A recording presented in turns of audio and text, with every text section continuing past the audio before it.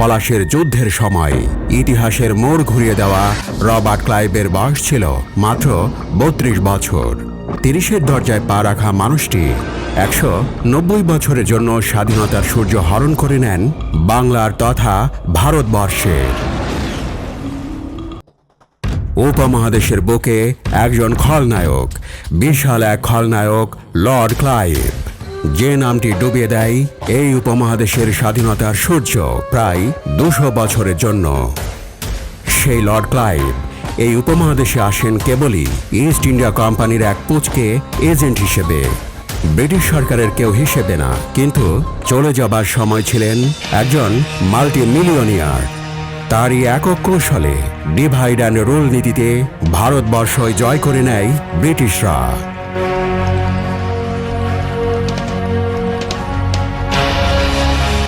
দক্ষিণ এশিয়ার বিশাল একটা অংশ অর্থাৎ বাংলাদেশ, ভারত আর পাকিস্তান, এই অঞ্চল অধিকার করার জন্য তাকেই কৃতিত্ব দেয় ব্রিটিশরা।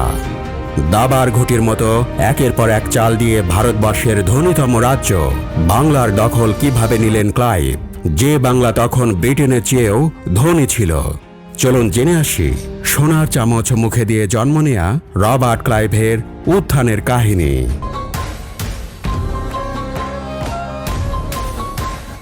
রবার্ট ক্লাইভের জন্ম ১৭২৫ সালের ২৯ সেপ্টেম্বর ইংল্যান্ডের শপশায়ারে। রিচার্ড আর রেবেকা ক্লাইভের ১৩ সন্তানের মধ্যে সবচেয়ে বড় ছেলে এই রবার্ট। তবে তার ৬ ভাই বোন মারা যায় শিশু অবস্থাতেই। রাজা সপ্তম হেনরির সময়কাল থেকেই সে অঞ্চলের জমিদার ছিলেন তারা। বাবা রিচার্ড ছিলেন পার্লামেন্টের উকিল। বাবার রকচটা স্বভাবটা ভালোই পেয়েছিলেন রবার্ট ক্লাইভ। শিশুকালে তাকে খালার সাথে ম্যানচেস্টারে থাকতে হয়েছিল। তার খালুর মতে শিশু রবার্টের প্রিয় একটা কাজ ছিল মারামারি করা, আর যে স্কুলেই পড়ুক না কেন গন্ডগোল তার বাধাতেই হবে। বড় হয়ে এলাকার মাস্তান গ্যাং গঠন করেন রবার্ট। মাঝে মাঝে গিয়ে চাঁদা না দিয়া দোকানদারদের ১২টা বাজিয়ে আসতেন। লোকে তাকে চিনত সেই ছেলেটি হিসেবে যে সেন্ট মেরিজ প্যারিশ চার্চের টাওয়ার বেয়ে উঠেছিল আর নিচে অবাক হয়ে দাঁড়িয়ে লোকে দেখেছিল। বাজে ব্যবহারের কারণে তাকে বারবার পরিবর্তন করতে হয়েছিল স্কুল। আরেকটু বড় হবার পর তিনি বুঝতে পারলেন পড়াশোনাটা ঠিকভাবে না করলে আসলে লোকে ঠিক পাত্তা দিচ্ছে না। তাই তিনি মন দিলেন ডিগ্রি অর্জনে। ধীরে ধীরে লেখালেখিতেও মনোযোগ দিলেন তিনি। হাউস অব কমন্সে তিনি একটি বক্তৃতা দিয়েছিলেন, যেটার জন্য তিনি অনেক প্রশংসিত হয়েছিলেন। ১৭৪৪ সালের কিছু আগে যখন ক্লাইভের বয়স ১৮, তখন তার বাবা তার জন্য চাকরি জোগাড় করে দিলেন ইস্ট ইন্ডিয়া কোম্পানিতে একজন এজেন্ট হিসেবে। তার পোস্টিং হল বোম্বেতে অর্থাৎ বর্তমান মুম্বাইতে। জাহাজে করে ব্রাজিল হয়ে আসবার সময় ৯ মাস জাহাজ থামিয়ে রাখতে হয়েছিল মেরামতের জন্য। তখন তিনি হালকা পাতলা পর্তুগিজ ভাষা শিখে নেন। এটা তার জন্য বেশ কাজে দিয়েছিল, কারণ ভারতের গোয়াতে তখন পর্তুগিজদের ঘাঁটি ছিল আর ইস্ট ইন্ডিয়া কোম্পানির ঘাঁটি ছিল মাদ্রাজ অর্থাৎ চেন্নাই, বোম্বে, কলকাতা ইত্যাদি জায়গায়। মাদ্রাজের সেন্ট জর্জ দুর্গ ঘাঁটিতে ক্লাইভ ১৭৪৪ সালের জুনে পৌঁছালেন। পরের ২ বছর তিনি এক দোকানদারের সহকারীর কাজ ছাড়া আর কিছু করবার সুযোগ পাননি। তবে সে সময় তিনি গভর্নরের লাইব্রেরির প্রবেশাধিকার পান আর তখন প্রচুর বই পড়া শুরু করলেন তিনি।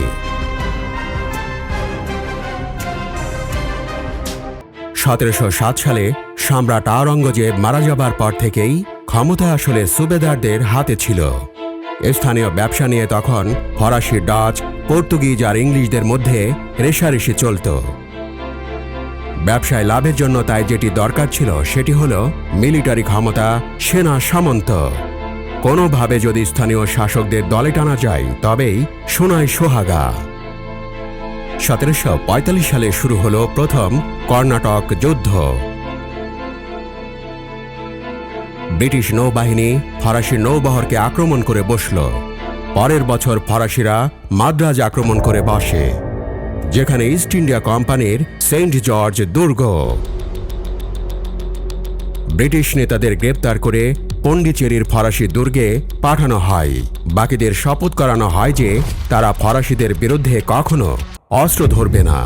কিন্তু ক্লাইভ আর হাতে গোনা কয়েকজন অস্বীকার করে বসেন এই শপথ নিতে। দুর্গ ধ্বংস করে দেবার সময় তাদের চোখে চোখে রাখা হয়। কিন্তু চতুর ক্লাইভ আর তার 3 সঙ্গী তখন ভারতীয় সেজে প্রহরীর চোখে ধোঁকা দিয়ে দুর্গ থেকে পালিয়ে যান 50 মাইল দক্ষিণে সেন্ট ডেভিড ব্রিটিশ দুর্গে। এবার আর হেন তেন এজেন্ট নন, একেবারে কোম্পানির আর্মিতে নাম লিখে ফেললেন রবার্ট ক্লাইভ। পরের বছর ফরাসিরা যখন এই দুর্গেও আক্রমণ চালালো, তখন নবাবের সহায়তায় ব্রিটিশরা রুখে দেয় তাদের। সেই যুদ্ধে বিশেষ অবদান রাখার জন্য ক্লাইভ জনপ্রিয় হয়ে যান।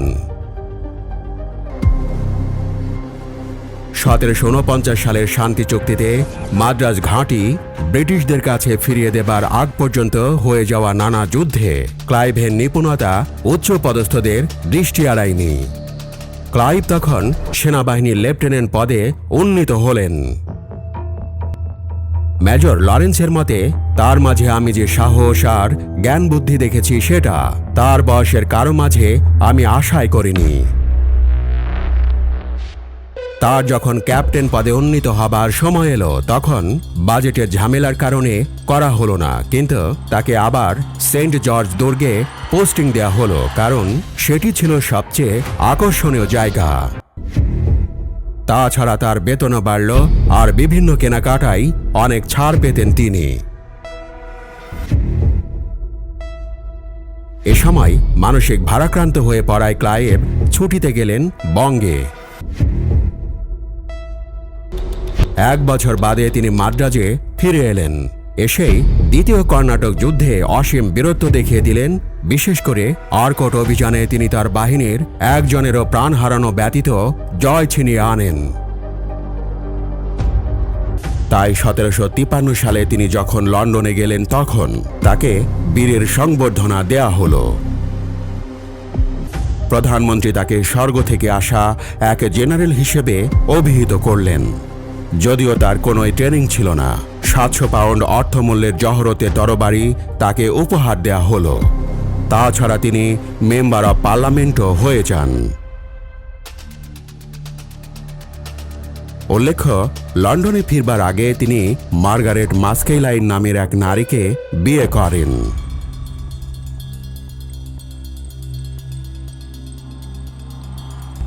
1755 সালে ক্লাইভ ভারতে চলে এলেন আবার।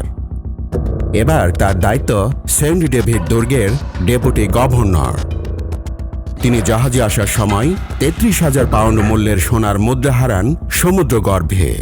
250 বছর পরে 1998 সালে সে মুদ্রাগুলো উদ্ধার করে বিক্রি করা হয়। ব্রিটিশ আর্মির লেফটেন্যান্ট কর্নেল হিসেবে পদোন্নতি হয় ক্লাইভের। ঘেরিয়া দুর্গ জয়ের সময় খুব কম ক্ষয়ক্ষতির মধ্য দিয়েই জিতে যান ক্লাইভ। তবে তিনি যুদ্ধ জয়ের পর অধিকৃত সম্পদের ভাগাভাগিতে অংশ নিতেন না। এরপর ক্লাইভ ফিরে এলেন আবার তার ডেপুটি গভর্নরের কাজে সেন্ট ডেভিড দুর্গে। এখানে এসে দুটো খারাপ খবর শুনলেন। প্রথমত জানতে পারলেন আলীবর্দী খানের পর তার নাতি সিরাজউদ্দৌলা বাংলার নবাব হয়েছেন 1756 সালে। পশ্চিমবঙ্গের মুর্শিদাবাদের হুগলি নদীর তীরের কাশিমবাজারে ইংরেজদের আক্রমণ করেছেন সিরাজউদ্দৌলা। আর কিছুদিন পরে 20 জুন তারিখে কলকাতার দুর্গও দখল করে নিয়েছেন। আর দ্বিতীয়ত আর্থিক ক্ষতি।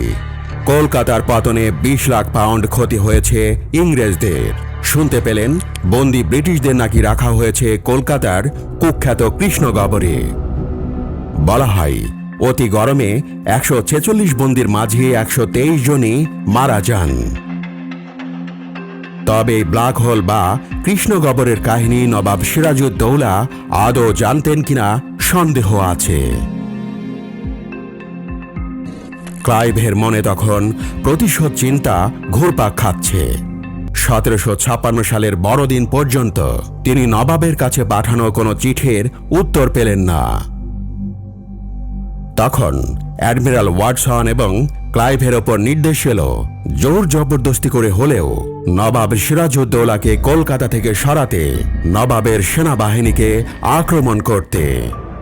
প্রথমে 24 পরগনার বাজবাজ দুর্গ ক্লাইভ স্থলপথে আক্রমণ করলেন, আর ওয়াটসন বোমা মারতে লাগলেন সমুদ্র থেকে। ব্রিটিশ ক্ষয়ক্ষতি ছাড়াই দুর্গ দখল করে ফেললেন ক্লাইভ। ঠিক এত সহজেই জানুয়ারি মাসের 2 তারিখে কলকাতাও একইভাবে অধিকার করে নেন ক্লাইভ। 1 মাস পর 1757 সালের 3রা ফেব্রুয়ারি ক্লাইভের সাথে মুখোমুখি হল নবাবের নিজের সেনাবাহিনী। নবাব সিরাজউদ্দৌলার সেনাবাহিনীতেও 40,000 অশ্বারোহী, 60,000 পদাতিক এবং 30টি কামান ছিল। আর ওদিকে ক্লাইভের বিপরীতে ছিল মাত্র 540 জন ব্রিটিশ পদাতিক, 600 নেভি নাবিক, 800 স্থানীয় সিপাহী, কোনো অশ্বারোহী ছিল না। 5 ফেব্রুয়ারি ভোরে নবাবের শিবিরে ঝটিকা আক্রমণ করেন ক্লাইভ। আক্রমণ করেই তিনি বাহিনী সহ চলে আসলেন উইলিয়াম দুর্গে। এই আক্রমণ করতে গিয়ে সেনাবাহিনীর 5 ভাগের 1 ভাগ হারান তিনি। তবে নবাবের জন্য সুখকর কিছু ছিল না। তিনি ক্লাইভের সাথে সমঝোতায় আসতে চান। নবাব সিরাজউদ্দৌলা কলকাতার নিয়ন্ত্রণ 9 ফেব্রুয়ারি ক্লাইভের হাতে দিয়ে দেন, আর ইস্ট ইন্ডিয়া কোম্পানির যা ক্ষয়ক্ষতি হয়েছে তা পূরণ করে দিতে রাজি হন এবং হারিয়ে যাওয়া অধিকার ফিরিয়ে দেবার অঙ্গীকার করেন। ওদিকে ক্লাইভের জন্য যেন কাটা ঘায়ে নুনের ছিটার মতো ফরাসি আক্রমণ আবার ছুটে এলো। নবাব এবার চাইলেন ফরাসিদের সাহায্য করতে ব্রিটিশদের বিরুদ্ধে, কিন্তু নবাবের সভাসদরা ষড়যন্ত্র করতে থাকেন যেন নবাবের এই পরিকল্পনা ভেস্তে যায়। নবাব সিরাজউদ্দৌলার সেনাপতি মীর জাফর নামে পরিচিত জাফর আলী খান ষড়যন্ত্রকারীদের নেতা। ক্লাইভ অলিখিত অঙ্গীকার করেন যে তিনি মীর জাফরকে বাংলা, বিহার, উড়িষ্যার সুবেদার বানাবেন। মীর জাফর কলকাতার ক্ষতিপূরণ হিসেবে 10 লক্ষ পাউন্ড দেবেন কোম্পানিকে, 5 লক্ষ দেবেন স্থানীয় ব্রিটিশদের, আর 70,000 পাউন্ড দেবেন আর্মেনীয় বণিকদের। মীর জাফর আর ব্রিটিশদের মাঝে এজেন্ট হিসেবে কাজ করেন উমিচাঁদ নামের এক ধনী বাঙালি ব্যবসায়ী। উমিচাঁদ অবশ্য চোরের উপর বাটপারি করতে চাইলেন, তাকে 3 লক্ষ পাউন্ড দিতে হবে। বিবেক বর্জিত ক্লাইভ তাকে নকল ডকুমেন্ট দেখে স্বাক্ষর করিয়ে নিতে চাইলেন, কিন্তু অ্যাডমিরাল ওয়াটসন এতে সায় বা স্বাক্ষর দিতে রাজি হলেন না। 1757 সালের পুরো গ্রীষ্ম জুড়ে আলাপ চলল, কিন্তু অবশেষে 21শে জুন বর্ষার প্রথম বর্ষণে পলাশের আম্রকাননে হাজির হলেন ক্লাইভ। তার বাহিনীতে 1100 ইউরোপীয় আর 2100 স্থানীয় সিপাহী, আর নবাবের বাহিনীতে 18,000 অশ্বারোহী, 50,000 পদাতিক আর আরও অনেক কিছু। ক্লাইভ সহ 9 জন বিলম্ব করার পক্ষে ভোট দিলেন। কথিত আছে তিনি গাছের ছায় 1 ঘন্টা একাকী দাঁড়িয়ে ভেবেছিলেন কি করবেন। তখনও তিনি জানতেন না পলাশীর যুদ্ধ ইতিহাস বিখ্যাত এক যুদ্ধ হতে চলেছে। কিন্তু কোনো এক কারণে, কিংবা হয়তো মীর জাফরের কাছ থেকে পত্র পাবার পর তিনি মতামত পরিবর্তন করলেন এবং সাথে সাথে আক্রমণের সিদ্ধান্ত নিলেন। ভারী বর্ষণে নবাবের সেনাবাহিনীর বারুদ ভালোভাবে রক্ষিত হয়নি, ফলে ব্রিটিশ গোলা বারুদের কাছে নস্য হয়ে পড়ল প্রায় বারুদবিহীন নবাব সেনাবাহিনী। 500 সেনা হারায় তারা। 23শে জুন যুদ্ধ অনুষ্ঠিত হলো সারাদিন।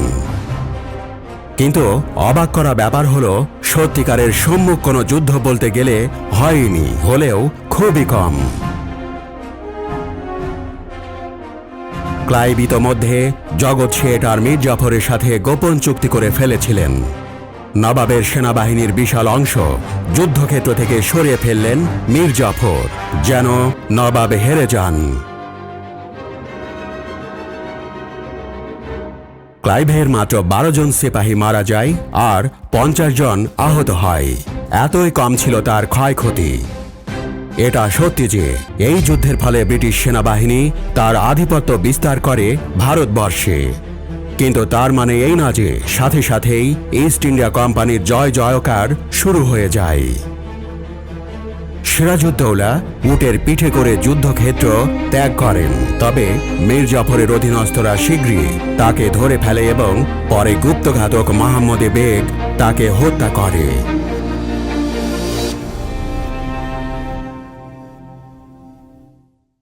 ক্লাইভ মুর্শিদাবাদে গিয়ে যেমনটা কথা দিয়েছিলেন, মীর জাফরকে নবাব বানিয়ে দিলেন। ক্লাইভকে নিয়ে যাওয়া হলো কোষাগারে। সেখানে লাখ লাখ সোনারূপার পাত্র জহরত ছিল। ক্লাইভকে জিজ্ঞেস করা হলো তিনি কে নিতে চান। তিনি তৎকালীন সময়ের 1,60,000 পাউন্ডের জিনিস নিলেন। 5 লাখ পাউন্ড সেনাবাহিনীর আর ইস্ট ইন্ডিয়া নেভির মাঝে বিলিয়ে দেওয়া হয়। কোম্পানির কমিটির প্রত্যেককে 24,000 পাউন্ড করে উপহার দেয়া হয়। কোম্পানির বাৎসরিক আয় 1 লাখ পাউন্ডে দাঁড়ায়। 1760 সালে অবসর নিয়ে ক্লাইভ ফিরে এলেন ব্রিটেনে। অশেষ সম্পদের অধিকারী তিনি তখন। তাকে নেপোলিয়নের সাথেও তুলনা করা হয়। ব্রিটেনে তিনি রাজনৈতিক ব্যক্তিত্ব হবার চেষ্টা করলেন। তাকে পলাশির ব্যারন ক্লাইভ বানানো হয়। 1761 সাল থেকে মৃত্যুর আগ পর্যন্ত তিনি পার্লামেন্টের সদস্য ছিলেন। 1762 সালে 2 বছরের জন্য মেয়রও হয়েছিলেন তিনি। অক্সফোর্ড ইউনিভার্সিটি তাকে সম্মানসূচক সিভিল লয়ের ডক্টরেট ডিগ্রি প্রদান করে 1760 সালে। 1764 সালে তাকে একজন নাইট অব দ্য বাথ করা হয়। সুখের সময় তার আর বেশি দিন থাকল না। ব্রিটেনে বসে তিনি শুনতে লাগলেন সব খবর। মীর জাফরের পতন, তার জামাতার ক্ষমতা লাভ, আর এরপর যা যা হলো।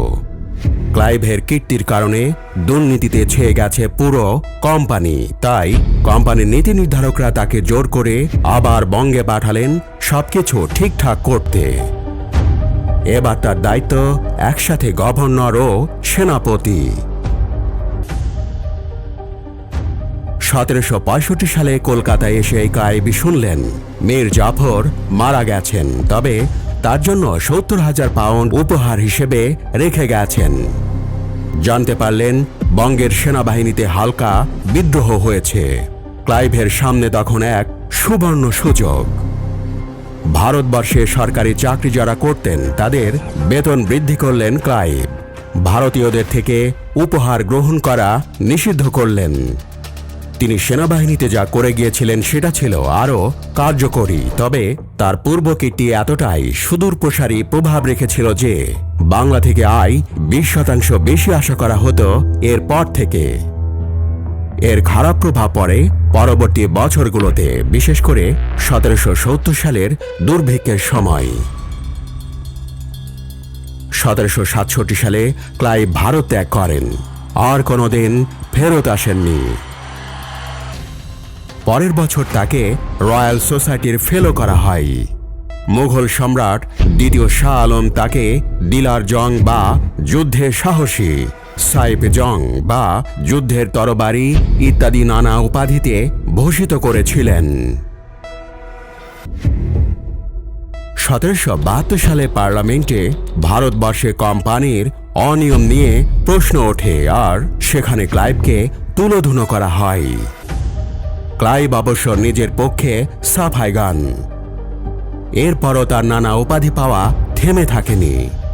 76-এর মন্বন্তরে বাংলার জনসংখ্যার 66% মারা যায়। কোম্পানির অতি লোভী এই দুর্ভিক্ষের কারণ ছিল বলে ধারণা করা হয়, আর এর মানে পরোক্ষ দোষ আসলে ক্লাইভেরই। ফলে ক্লাইভের প্রভাব ইংল্যান্ডে কমে যায়। দুর্ভিক্ষ শেষে কোম্পানির নিয়ন্ত্রণের জন্য নতুন আইন পাশ হয় পার্লামেন্টে। ক্লাইভ এমনটাও বলেছিলেন, আমার ধন সম্পদ নিয়ে যাও, তবুও আমার সম্মান কেড়ে নিও না। 1774 সালের 22শে নভেম্বর ক্লাইভ মাত্র 49 বছর বয়সে লন্ডনে নিজের বাসায় প্রাণ হারান। কিন্তু কিভাবে? কথিত আছে তিনি আত্মহত্যা করেন, কেউ বলেন তিনি ব্রেন স্ট্রোকে মারা যান।